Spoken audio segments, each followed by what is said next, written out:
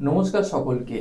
তো বন্ধুরা, কলকাতায় দিন দিন যত ঠান্ডা বাড়ছে, দিন দিন কলকাতার নাইট রাইডার্সের প্লেয়াররাও যেন ততটা গরম হচ্ছে। এই গরম সেই গরম নয়, এই গরম হলো তাদের খেলা যেন খেলা থেকে যেন আগুন ঝরছে। এই মুহূর্তে কলকাতা নাইট রাইডার্সের যে সমস্ত প্লেয়াররা বিজয় হাজারে ট্রফি খেলছে, সেইখানে সেই টুর্নামেন্টে কোন প্লেয়ারের পারফরমেন্স কেমন সেই বিষয় নিয়ে অ্যাকচুয়ালি আলোচনা করবো এই ভিডিওতে। যেখানে অনুকূল রয়, রিঙ্কু সিং, তেজস্বী ধাইয়া, অঙ্কুরিশ রঘুবংশী এই সমস্ত প্লেয়াররা খেলছে এবং তারা দারুণ দারুণ ফর্মে আছে, আগুন ঝরানো সমস্ত ইনিংস খেলছে। তো চলো প্রথমে যদি কথা বলি অনুকূল রয়কে নিয়ে।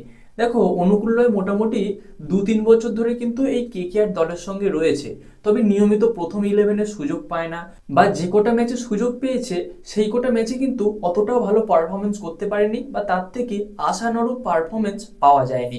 তবে এই বছর কিন্তু অনুকূল রয়কে কলকাতার নাইট রাইডার্সের যারা ম্যানেজমেন্ট আছে তারা প্লেইং ইলেভেনে নিতে বাধ্য।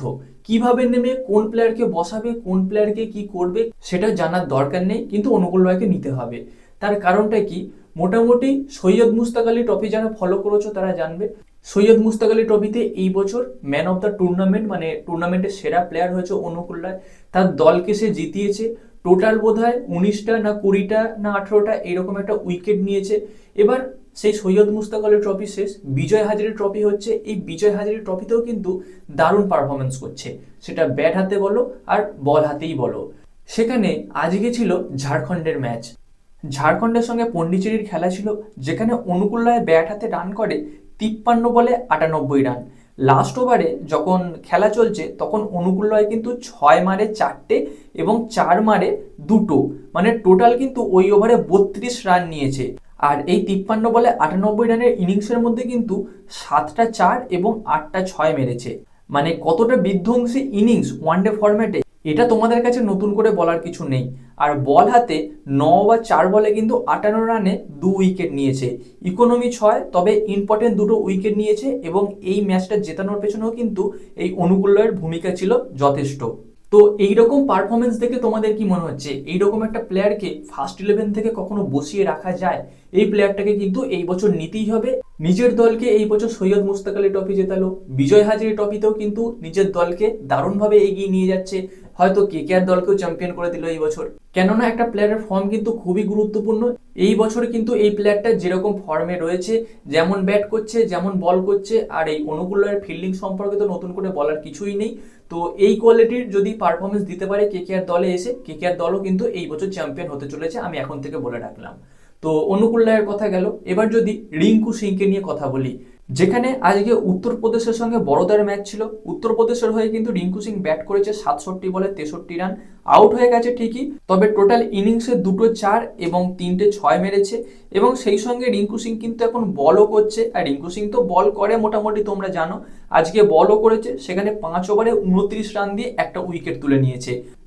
মোটামুটি ইম্প্যাক্টফুল ইনিংস, এবং বোলিং এর দিক থেকেও যথেষ্ট ভালো বল করেছে বলা যেতে পারে। মোট কথা এখানেও ম্যাচ জেতানোর পেছনে রিঙ্কু সিং এর কিন্তু একটা যথেষ্ট বড় ভূমিকা ছিল।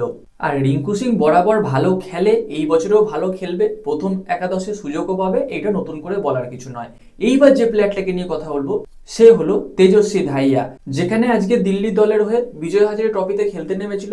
যেখানে 51 বলে 53 রানের একটা ইনিংস খেলে, এটাই তার সৈয়দ মুস্তাক আলী ট্রফিতে এই বছরের ফার্স্ট ম্যাচ। সেই ফার্স্ট ম্যাচ হিসাবে কিন্তু যথেষ্ট ভালো ম্যাচ, যথেষ্ট ভালো ম্যাচ বলতে কি যথেষ্ট ভালো পারফরমেন্স দিয়েছে, আর সেই সঙ্গে উইকেট কিপিংও করেছে। তো বন্ধুরা, এই গেল তেজস্বী ধাইয়াকে নিয়ে কথা। এবার যদি কথা বলি অঙ্কুরিশ রঘুবংশীকে নিয়ে।